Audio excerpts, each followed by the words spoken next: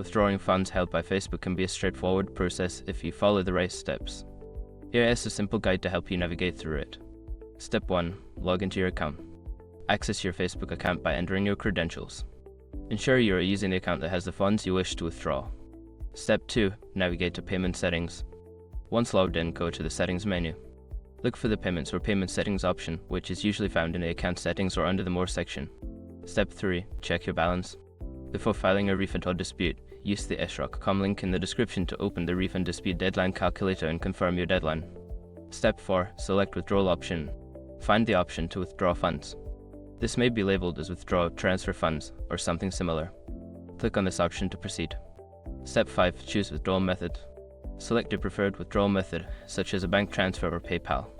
Follow the prompts to enter any required information and confirm the transaction. After completing these steps, you should receive a confirmation of your withdrawal request. Keep an eye on your account for the funds to appear in your chosen withdrawal method.